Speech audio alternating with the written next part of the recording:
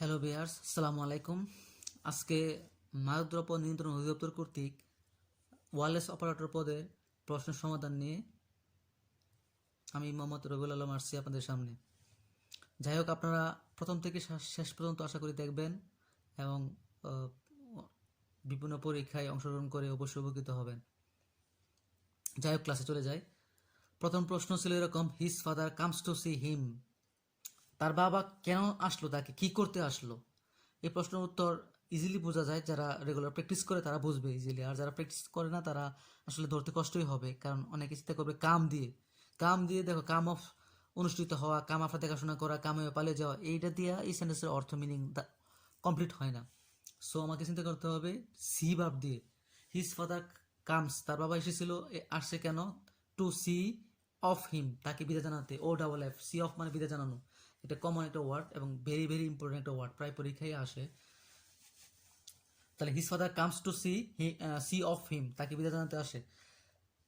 2 number question: which of the following is not plural form. নিচে কোনটা plural form না? এখানে সবগুলো ওয়ার্ড কমন ওয়ার্ড, প্রায় পরীক্ষায় আসে। ব্যাকটেরিয়া, ব্যাকটেরিয়াম, তারপরে জেনারা, মিডিয়াম। এক্ষেত্রে কোনটা প্লুরাল ফর্ম না, সিঙ্গুলার ফর্ম কোনটা? এটা হচ্ছে ফর্মুলা। ফর্মুলার প্লুরাল ফর্ম হচ্ছে ফর্মুলি। ঠিক আছে? FORMULAE, এটা প্লুরাল ফর্ম হচ্ছে এটা, ফর্মুলি। এগুলো হচ্ছে মুখস্থ করতে হবে, এগুলো কোনো গ্রামাটিক্যাল রুলস না। তারপর প্রশ্ন হচ্ছে I reached home, I saw my sister for help. যখন আমি বাড়ি পৌঁছলাম, আমি আমার ছোট বোন বা বোনকে দেখলাম, মানে সে সাহায্যের জন্য চিৎকার চিৎকার করতেছিল আর কি। তো এই ক্ষেত্রে কি ভার্ব আছে? চিৎকার করার verb shouting, to shout, shouted, তারপর শুধু শাউট। সো যেহেতু এটা একটা কমপ্লেক্স সেন্টেন্স, প্রথম অংশ সাবজেক্ট এবং ভার্ব আছে, পরের অংশ সাবজেক্ট এবং ভার্ব আছে, কিন্তু তারপরও আরেকটা ভার্ব আসতেছে। সো আমি আগেই বলেছিলাম বিগত কিছু প্রশ্ন সলিউশনের ক্ষেত্রে যে এই প্রশ্নগুলো প্রায় আসে।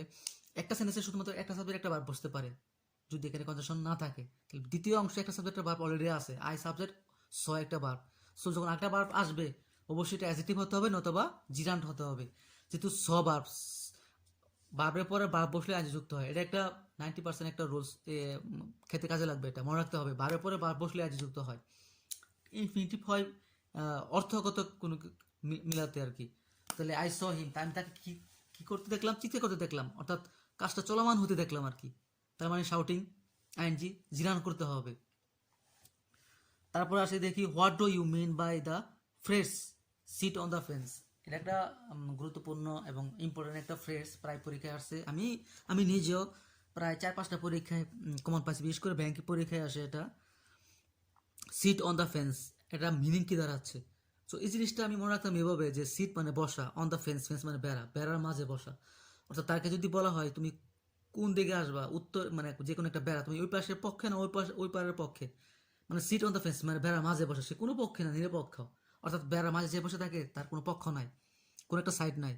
সো তার মানে বোঝা যাচ্ছে যে কোনো একটা ব্যাপারে সে নিরপেক্ষ থাকা। এক্ষেত্রে দেখেন কি কি আনসার আছে: ওয়াচ ওভার দ্য ফেন্স, এটা অর্থগতভাবে মিল নাই, প্যারার উপর দিয়ে দেখা। সিট আই রস বাই বসে থাকা। Remain neutral in the dispute, দেখেন তার মানে কি, যে কোনো একটা ব্যাপারে, তর্ক বিতর্কের ব্যাপারে সে নিউট্রাল থাকে, অর্থাৎ নিরপেক্ষ থাকে। তাহলে এটা অর্থ হচ্ছে এটা। তারপর আসি আমরা, which one is feminine from, অর্থাৎ ফেমিনিন জেন্ডার কোনটা, নিচে কোনটা ফেমিনিন জেন্ডার? ডেয়ার আমরা জানি হরিণ, তো ডেয়ার হরিণ, এটার মেসকুলিন জেন্ডার, এটা ফেমিনিন জেন্ডার হবে কি? ডই মানে হরিণী। বি, বি তো নিজেই একটা ফেমিনিন জেন্ডার, তাহলে এটা মেসকুলিন জেন্ডার কি হবে? ড্রোন মানে পুরুষ, পুরুষ পুরুষ মাছি আর কি, মৌমাছি। আর বি মানে মৌমাছি, যারা মধু সংগ্রহ করে, এগুলো তো সব মৌমাছি বলা হয়। যাই হোক, ভাল, এটা হচ্ছে তোমার আপনার ষাঁড়, এটার ইয়া হচ্ছে কি? কাউ। তারপর হচ্ছে হর্স, এটার ফেমিনিন জেন্ডার হচ্ছে MARE, মার মানে গোটকি। এগুলো হচ্ছে কমন। এরকম রেয়ার, এরকম ধরেন আপনারা 50-60টার মতো যদি মেসকুলিন ফেমিনিন জেন্ডার শিখে ফেলতে পারেন, তাহলে বিভিন্ন পরীক্ষায় 90% উপরে কমন পাবেন। ঘুরে ফিরে এগুলোই আসে। ইংলিশ কিন্তু চেঞ্জ করার কিছু নাই, যে বদলায় ওইটা না ওইটা দিবে, এরকম কিছু না। অর্থাৎ একটা কোশ্চেন হয়েছে, এই কোশ্চেনটা দেখেছি কি আবার রিপিট হয়েছে, আবার রিপিট হয়েছে, আবার রিপিট হয়েছে। সো এগুলো প্র্যাকটিসের বিষয়। আই নিড ড্যাশ মিল্ক, আমার প্রয়োজন কিছু পরিমাণ মিল্ক প্রয়োজন। কি পরিমাণ? FU কিছু, লিটল কিছু। আর লট অফ প্রচুর, এক্ষেত্রে এটার সাথে অ্যাডজাস্টমেন্ট হয় না, বাংলা অ্যাডজাস্টমেন্ট হয় না। সো অল্প পরিমাণ ক্ষেত্রে বোঝানো হচ্ছে, তাহলে এই ক্ষেত্রে হবে ফিউ না লিটল, দুটো মধ্যে কোনটা? ফিউ আর এ লিটল হচ্ছে অল্প পরিমাণ, যখন তরল জাতীয় পদার্থ বোঝায় তখন লিটল হয়, little water, little milk, uncountable noun, এক্ষেত্রে হবে লিটল। তারপর আছে দি ওয়ার্ড হ্যান্ডি। হ্যান্ডি মানে কি? এই এই ওয়ার্ডটা প্রায় পরীক্ষা আসতে দেখা গেছে যে এটা বিশেষ বিভিন্ন পরীক্ষায় আসছে, প্রায় আসে। হ্যান্ডি মানে কি? হ্যান্ডি মানে ইউজফুল, মানে উপকারী। এটা মনে রাখবেন কিভাবে? এটা প্রায় পরীক্ষা আসে, মনে রাখতে হবে এইভাবে যে হ্যান্ড মানে হাত। তোমার আমি এভাবে মনে রাখছিলাম আমরা যে আমার হাতটা তো অনেক উপকারী, মানে খুবই ইউজফুল। সো হ্যান্ডি মানে হাত, হাত মানে খুবই উপকারী, সো এটা মনে রাখতে হবে ইউজফুল। তারপর আসি he went home last night. Here the what is, here মানে এখানে আমি আন্ডারলাইন করা হয় নাই ভুলবশত, হোম বলতেছে যে এটা সরি লাস্ট নাইট বলতেছে যে এটা কি, এখানে হোম, এখানে হোমটা আসলে কি আসলে এটা বোঝানো হয়েছে, হোমটা হবে আন্ডারলাইন আর কি, ভুলবশত দেওয়া হয়নি হয়তো। সে গেল, কোথায় গেল, তার মানে বাড়িতে গেল। কোথায় প্রশ্ন উত্তরে আসছে, তার মানে অ্যাডভার্ব। কি, কোথায়, কিভাবে, এগুলো প্রশ্ন উত্তরে যদি প্রশ্ন পাওয়া যায় তাহলে হবে অ্যাডভার্ব। যেমন আমি আগে বলছিলাম যে ভার্বকে যদি কি অথবা কাকে দ্বারা প্রশ্ন করা হয় তাহলে সেটা হবে অবজেক্ট, কোথায় এবং কিভাবে দ্বারা প্রশ্ন করা হবে সেটা অ্যাডভার্ব। তাহলে এখানে দেখেন কি হবে, নাউন প্রোনাউন তো অবশ্যই হবে না, অ্যাডজেক্টিভ দুষ্গুণ অবসংখ্যা পরিমাণ বোঝায়, প্রোনাউন নাউনের পরিবর্তে বোঝায়, আর নাউন তো আমরা জানি কোনো কিছুর নাম। হি হ্যাজ বিন ইল দ্যাশ মানডে লাস্ট, এর একটা টেন্সের ব্যবহার, ইউজ অফ টেন্স। তো সে গত সোমবার থেকে অসুস্থ, মানডে লাস্ট, ঠিক আছে। তো যদি লং পিরিয়ড অফ টাইম বোঝায় অর্থাৎ অনেক সময় বোঝায় তাহলে হবে সিন্স, আর যদি অল্প সময় বোঝায়, অল্প সময় বলতে নির্দিষ্ট সময়কে নির্দিষ্ট করে দেওয়া হয় তাহলে হবে ফর। যেমন সে অসুস্থ 2 ঘন্টা যাবৎ, বা সে 3 ঘন্টা যাবৎ পড়াশোনা করতেছে, একটা ফিক্সড টাইম, আর এটা কিন্তু আনলিমিটেড টাইম, মানডে থেকে সে অসুস্থ, তার মানে হবে since. When they had their first child, যখন তাদের প্রথম সন্তান হয়েছিল, they put long sum for education, মানে শিক্ষা পড়াশোনার জন্য, তার পড়াশোনার জন্য তারা কি করতেছিল, অনেক পরিমাণ টাকা তারা সঞ্চয় করতেছিল, এরকম অর্থ দেওয়া হচ্ছে। সো এখানে বুঝতে হবে পুটের সাথে কোন ভার্বটা দিলে, কোন প্রিপোজিশনটা দিলে এটা অর্থ হবে সঞ্চয় করা, ভবিষ্যতের জন্য সঞ্চয় করা। তাহলে পুট অ্যাসেট মানে ভবিষ্যতের জন্য সঞ্চয় করে রাখা। তার মানে তারা যখন তাদের প্রথম সন্তানটা হয়েছিল তারা তখনই কি ভবিষ্যতের জন্য টাকা সঞ্চয় করতে শুরু করলো। পুটের সাথে একটা গ্রুপ ভার্ব, এর অর্থ হচ্ছে সঞ্চয় করে রাখা, মুখস্থ রাখতে হবে। তারপরে আসে কোশ্চেনে চলে যাই আমরা,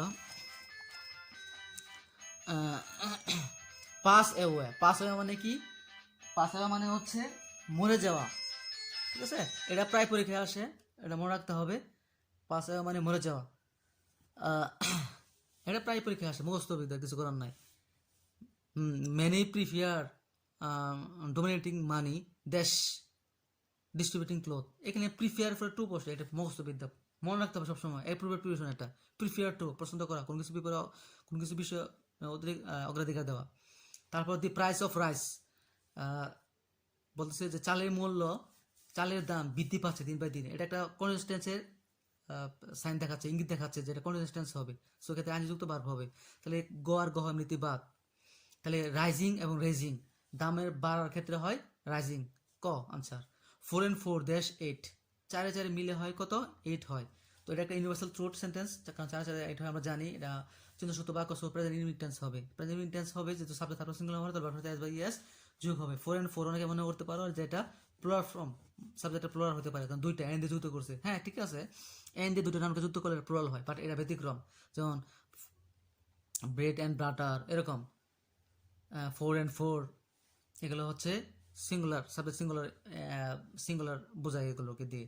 সো এগুলো কি হবে? 4 and 4 মেক্স 8, কি তৈরি করে? 8 হয় আর কি, প্রবাদ বাক্যের মতো আর কি। লেট বাইগনস বি বাইগনস, এটা এটা একটা ফ্রেজাল ওয়ার্ড, ঠিক আছে। এটা অর্থ কি দাঁড়াচ্ছে?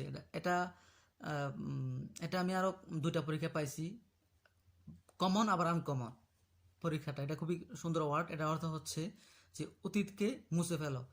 এটা আরেকটু মনে রাখার একটা কৌশল, দেখেন খেয়াল করে, এখানে let bygones be bygones, let দিয়ে শুরু হচ্ছে, তার মানে ইম্পারেটিভ সেন্টেন্স। তো ইম্পারেটিভ সেন্টেন্সের অর্থ কীরকম? এরকম দাঁড়ায় যে এরকম হয় না যে এই কাজটা করো, ওই কাজটা করো, আদেশ, উপদেশ, অনুরোধ, এরকম বাক্য তো, ঠিক না? 4টে অপশন খেয়াল করে দেখো, অতীত সর্বদা জাগ্রত, ইম্পারেটিভ সেন্টেন্সের অর্থ মিনিং করছে না। সে যে যাওয়ার সে যায়, এটা ইম্পারেটিভ সেন্টেন্সের অর্থ মিনিং করছে না। চলে যাওয়াই নিয়তি, ইম্পারেটিভ সেন্টেন্সের অর্থ ইঙ্গিত দিচ্ছে না। অতীতকে মুছে ফেলো, খেয়াল করে দেখেন, এটাকে ইম্পারেটিভ সেন্টেন্স ইঙ্গিত দিচ্ছে, সো এটাই আনসার। কৌশল অবলম্বন করতে হবে তাহলে পরীক্ষা পাওয়া যায়। এগুলো কিন্তু আমি পরীক্ষা হলে যেটা আমি এটা এই কৌশল অনুসরণ করলে কিন্তু পারা যেত, অর্থ না জানো, যেমন লেট দিয়ে শুরু হচ্ছে, তার মানে ইম্পারেটিভ সেন্টেন্স, তার মানে এটা এক ধরনের মানে আদেশ, উপদেশ, অনুরোধ এরকম কিছু অর্থ বোঝাবে। বাকিগুলো কিন্তু অ্যাসার্টিভ সেন্টেন্সের মতো। আর একমাত্র বড় গ যেটা, এটাই হচ্ছে ইম্পারেটিভ সেন্টেন্সের অর্থ। এখন দেখেন এজ সাফিক্স অ্যাড উইথ, বলেছে যে সাফিক্সটা এজ যে ওয়ার্ডটা সাফিক্স হিসেবে বসে কোনটার সাথে। তো আমরা প্রায় অন্তত এই জিনিসগুলো আমরা প্রায় পরীক্ষায় দেখি, আমরা সাফিক্স প্রিফিক্স আসে, এসএসসি ইন্টারমিডিয়েটও পাইছি, বিভিন্ন পরীক্ষায় আসে। তো এই ক্ষেত্রে সাফিক্স তো জানি আমরা, প্রিফিক্স তো জানি আগে বসে, আর সাফিক্স মানে পরে বসে। তো আমরা পরে বসে দেখি অ্যাডজাস্টমেন্ট কোনটার সাথে হয়, কারণ এটা তো আমরা বিভিন্ন পরীক্ষায় পড়ে আসছি, বিভিন্ন ওয়ার্ড পড়ে আসছি, যেমন হ্যান্ডেজ এরকম কোনো ওয়ার্ড আমরা পাই নাই, বোস্টেজ, বেমানান, এরপরে কি হোটেজ, এরকম অর্থ মিলে না। ব্রেকেজ মানে ভাঙ্গা, তাহলে এটা আমরা পাইছি বিভিন্ন পরীক্ষায় বা বিভিন্ন সময় বিভিন্ন জায়গায় পড়তে দেখি আমরা ব্রেকেজ।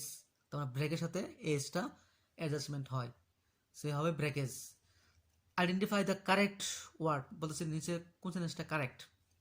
প্রচুর পরিমাণে স্পেলিং কারেকশন এগুলো মস্ত রাখতে হয়। প্রচুর পরিমাণ বলতে এরকম 50-60টা বা 80 বা সর্বোচ্চ 100টার মতো কারেকশন স্পেলিং মস্ত রাখলে পরীক্ষা কমন পাওয়া যায়। যেমন এরকম একটা আছে, দেখুন নিচে কোনটা কারেক্ট, তাহলে ইনসোসিয়েন্ট, ইনসোসিয়েন্ট, তাহলে INSOUCIENT, ইনসোসিয়েন্ট, এটা হবে answer. A remedy for all disease, এটা তো মোস্ট কমন একটা কি বলে এক কথায় প্রকাশ, এটা প্রায় পরীক্ষায় আসে। এ রেমেডি ফর অল ডিজিজ বিভিন্ন বিশেষ পরীক্ষায় আসছে, অনেকগুলো পরীক্ষায় আসছে যে সকল রোগের ওষুধ কি। আমরা সবাই জানি প্যানাশিয়া, প্যানাশিয়া মানে সকল রোগের ওষুধ, কিউর অল, এটা একবারে মোস্ট কমন একটা word. For a frightened scream argue দেশ, মানে এটা হচ্ছে একটার সাথে একটা কোরিলেটেড সম্পর্ক বোঝাচ্ছে। মানে যদি ফ্রাইটেন্ড স্ক্রিম, ভয় পাইলে স্ক্রিম মানে কি করে, ওই যে আর্তনাথের মতো আর্তনাদ করে, তাহলে অ্যাংরি রাগান্বিত হলে কি করে, চিৎকার দেয়, শিবার করে, কাঁদে নাকি স্নেহার করে, না চিৎকার দেয় না শাউট চিৎকার দেয়। মানে কেউ যদি রাগান্বিত হয়ে যায় সে শাউট করে ওঠে। সো অ্যাংরির সাথে শাউটের অ্যাডজাস্টমেন্ট হয়, ম্যাচিং হয়। তারপর this book is dash one, I was seriously looking for dash, এখানে কোন ধরনের আর্টিকেল বসবে। অনেকে ভাবতে পারে যে ওয়ান আছে, তাহলে এখানে এন বসবে। অনেকে আবার বলবে যে ওয়ানের আগে এ বসে, হ্যাঁ ঠিকই আছে, রাইট। সংখ্যা যদি ওয়ান বসে তাহলে তার আগে এ বসে, কিন্তু এই ক্ষেত্রে এ বসবে না। This book is the one I was seriously looking for, মানে ব্যাপারটা হচ্ছে যে কেন দি বসছে, কারণ এই ওয়ানটা দিয়ে কি বোঝানো হচ্ছে যে এই বইটা হচ্ছে এমন একটা বই যেটা আমি অবশ্যই খুঁজতেছিলাম আর কি। তার মানে ওই বইটাকে ফিক্সড করা হচ্ছে, ওই বুকটার নাউনি হচ্ছে ওয়ান, অর্থাৎ এখানে বুক না বসায় ওয়ান বসেছে, this book is the one, তাহলে আমার হবে দি। এটা প্রায় পরীক্ষায় আসে। এই হচ্ছে আজকের মাদকদ্রব্য নিয়ন্ত্রণ অধিদপ্তরের ইংলিশ প্রশ্নের সমাধান। এভাবে যদি প্রতিটা প্রশ্নের সমাধান যেদিন যে পরীক্ষা হয় যদি করতে পারা যায় এবং ভালোভাবে সলিউশন করা যায়, তাহলে অবশ্যই বিভিন্ন পরীক্ষায় কমন পাওয়া যায়। সো আশা করবো আপনারা উপকৃত হবেন এবং বেশি বেশি করে প্র্যাকটিস করবেন। ইংলিশ তো প্র্যাকটিসের বিষয়, বেশি বেশি করে প্র্যাকটিস করবেন। আর আমার সবগুলো ভিডিও দেখবেন আপনারা, আশা করি আপনারা অনেক উপকৃত হবেন, কারণ প্রতিটা ভিডিওতেই আমি আমার নিজস্ব কিছু স্ট্র্যাটেজি ফলো করে বলি যেটা আপনাদের কাজে লাগতে পারে। ভালো থাকবেন সবাই, খুদা হাফেজ।